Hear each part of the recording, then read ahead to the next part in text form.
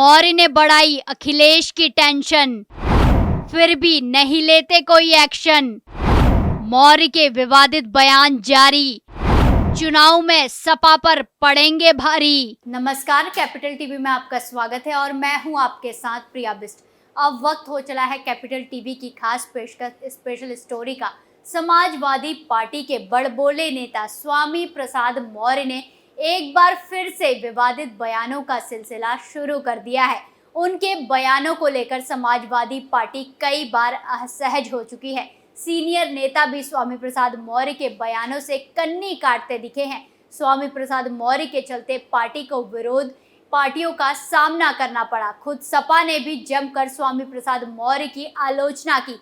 इसके बाद भी उनके बयानों का सिलसिला लगातार जारी रहा है और वो अपनी आदत से बाज नहीं आए।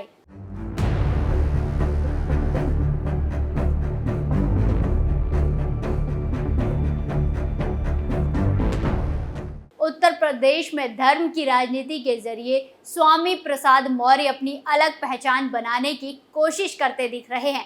मालूम हो तो स्वामी प्रसाद मौर्य ने बहुजन समाज पार्टी के काल से ही ओबीसी और दलित राजनीति की है। इस वोट बैंक में अपनी पहचान बनाई और बढ़ाई।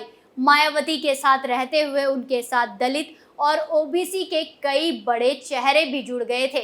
साल 2017 के यूपी चुनाव के पहले जब स्वामी प्रसाद मौर्य ने पाला बदला, बसपा से भारतीय जनता पार्टी तक का सफर तय करने के क्रम में उस ओबीसी दलित नेताओं और वोट बैंक का साथ उन्हें मिला। लेकिन 2022 के विधानसभा चुनाव से पहले जब उन्होंने भाजपा से समाजवादी पार्टी तक का सफर तय किया तो स्थिति बदल गई। उनके करीबी नेता तो साथ चले गए, लेकिन वोट बैंक को पूरी तरह से भाजपा से निकालकर सपा तक ले जाने में वो कामयाब नहीं हुए। अखिलेश यादव को वो उस प्रकार का लाभ नहीं दे पाए जिस प्रकार की उम्मीद सपा अध्यक्ष चुनाव से पहले कर रहे थे। अब हालिया बयान भी सपा की टेंशन बढ़ाने वाले हैं। भाजपा सांसद हरनाथ सिंह यादव ने स्वामी प्रसाद मौर्य पर तंज कसते हुए कहा कि चर्चा में रहने के लिए स्वामी प्रसाद मौर्य हिंदुओं के खिलाफ बयान दे रहे हैं। उनका यूपी में कोई जनाधार नहीं है। यूपी चुनाव 2022 में स्वामी प्रसाद मौर्य अपने मनपसंद फिजलनगर विधानसभा सीट से चुनावी मैदान में उतरे। भारतीय जनता पार्टी ने इस सीट पर सुरेंद्र कुशवाहा को उतारा। सुरेंद्र कुशवाहा ने इस चुनाव में स्वामी प्रसाद मौर्य को 22,000 से अधिक वोटों से हरा दिया। मतलब मुकाबला कड़ा भी नहीं हुआ। आसानी से भाजपा ने इस सीट पर जीत दर्ज की। स्वामी प्रसाद मौर्य की हार ने समाजवादी पार्टी को बड़ा झटका दिया। स्वामी प्रसाद मौर्य भी वोट बैंक की राजनीति में अपनी पकड़ ढीली होती साफ देख रहे हैं और हार का कारण वो भाजपा के धर्म की राजनीति को ठहराते रहे। स्वामी प्रसाद मौर्य तो काफी समय तक हार से उभर नहीं पाए। फिर समाजवादी पार्टी ने उन्हें विधान परिषद भेजा। इसके बाद उन्हें हाशिए पर जाने का एहसास हुआ। तब स्वामी प्रसाद मौर्य ने धर्म की राजनीति पर हमला शुरू किया।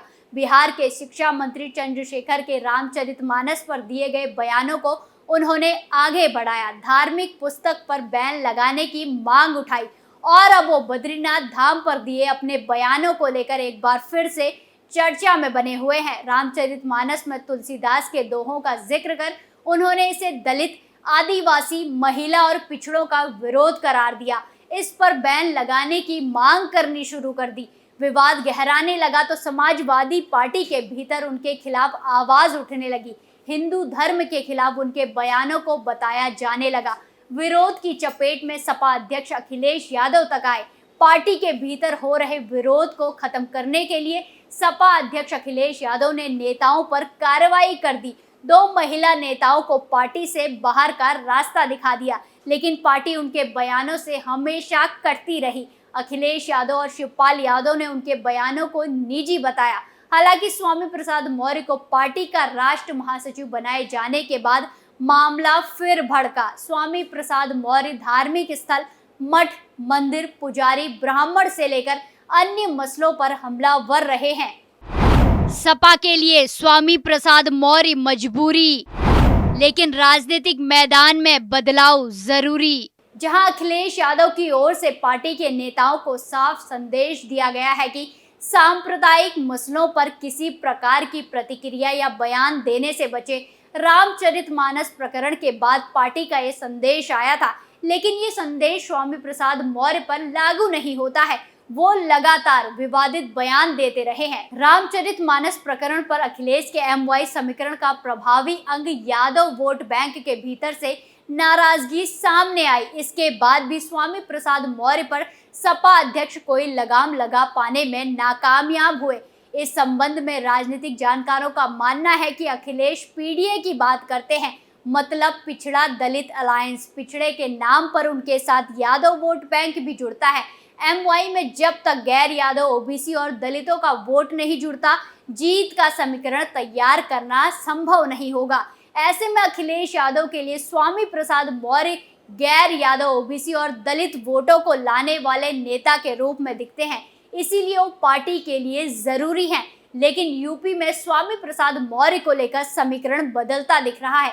भले ही वो दलित वोट बैंक को साधने की कोशिश करते दिखते हैं, इसके लिए वो हिंदू मंदिरों को निशाना बनाते रहे हैं, बौद्ध धार्मिक स्थलों को तोड़कर हिंदू मंदिरों के निर्माण की बात कर रहे हैं, लेकिन दलितों के मामलों पर बोलने से भी वो बचते दिखते हैं। दरअसल पिछले दिनों गोरखपुर के एक गांव में दबंगों ने दलित के गांव में घुसकर एक व्यक्ति की हत्या कर दी थी, 3 को घायल कर दिया। ट्रैक्टर में अश्लील गाने बजाने का विरोध किए जाने पर इस प्रकार की कार्रवाई हुई। हत्या के आरोपी यादव जाति से आते थे। इस मामले में राज्य सरकार की ओर से कार्रवाई की जा रही थी, लेकिन विपक्षी दलों की ओर से केवल बसपा सुप्रीमो का ही बयान सामने आया। उन्होंने सरकार से इस मामले में कार्रवाई की मांग की, लेकिन दलित वोट बैंक को साधने की कोशिश में लगे समाजवादी पार्टी या फिर स्वामी प्रसाद मौर्य का कोई बयान नहीं आया, जिस पर कई सवाल उठे थे। वहीं यूपी चुनाव 2022 ने संकेत दिया कि मायावती के दलित वोट बैंक में जो बिखराव हुआ, उसका एक बड़ा हिस्सा भाजपा के पाले में गया। वहीं OBC वोट बैंक के बिखराव को रोकने के लिए भाजपा ने सुभाषपा और ओम प्रकाश राजभर को अपनी तरफ कर लिया है। वहीं स्वामी प्रसाद मौर्य के साथ जाने वाले पिछड़ा वर्ग के बड़े नेता दारा सिंह चौहान भी बीजेपी में वापस आ चुके हैं। ऐसे में मंदिर, धर्म स्थलों के मुद्दे पर स्वामी प्रसाद मौर्य को वोटों का प्रसाद मिलेगा, ये देखना दिलचस्प होगा। अखिलेश के ट्रम्प कार्ड मौर्य क्या दिखा पाएंगे अपना शौर्य? स्वामी प्रसाद मौर्य को लेकर समाजवादी पार्टी के कई नेताओं की नाराजगी दिखती रहती है। एक तरफ अखिलेश यादव इन दिनों सॉफ्ट हिंदुत्व की राह पर चलते दिख रहे हैं, तो वहीं स्वामी प्रसाद मौर्य के बयानों ने इस वर्ग में लगातार नाराजगी बढ़ाई है। ऐसे में सवाल ये उठ रहा है कि क्या वो समाजवादी पार्टी के साथ दलित OBC वोट बैंक को जोड़ने में कामयाब होंगे? वहीं इस मामले में एक सीनियर नेता का कहना है कि दलित वोट बैंक को सपा के साथ लाना उतना आसान नहीं है जितना सोचा जा रहा है। साल 2019 के लोकसभा चुनाव में तो मायावती जैसी दलित वर्ग की सर्वमान्य नेता समाजवादी पार्टी के साथ थी। उन्होंने यादव जाति का वोट मिला था, इस कारण वो 10 सीटों पर जीती। लेकिन समाजवादी पार्टी 2014 की तर्ज पर 5 सीटों पर सिमट रही। इसका बड़ा कारण दलित वोट बैंक का सपा की तरफ शिफ्ट नहीं होना रहा। ऐसे में स्वामी प्रसाद मौर्य के बयान कहीं अखिलेश यादव के परंपरागत वोट बैंक को ही नाराज न कर दे, ये भी एक अंदेशा है। ऐसे में अखिलेश के ट्रम्प कार्ड माने जा रहे स्वामी प्रसाद मौर्य उनकी परेशानी ना बढ़ा दे। ये देखना दिलचस्प होगा कि सपा का ट्रम्प कार्ड कहीं अखिलेश यादव की नाव न डुबा दे। अपने बयानों से वैसे ही स्वामी प्रसाद मौर्य ने सपा प्रमुख अखिलेश यादव के पसीने छुटा रखे हैं। खैर, चुनाव अब और दूर नहीं है, जल्द ही पता लगेगा ये ट्रम्प कार्ड बाजी मारता है या नहीं। स्पेशल स्टोरी में आज के लिए इतना ही, फिर पेश होंगे नए मुद्दे के साथ। तब तक के लिए देखते रहिए कैपिटल टीवी उत्तर प्रदेश। धन्यवाद।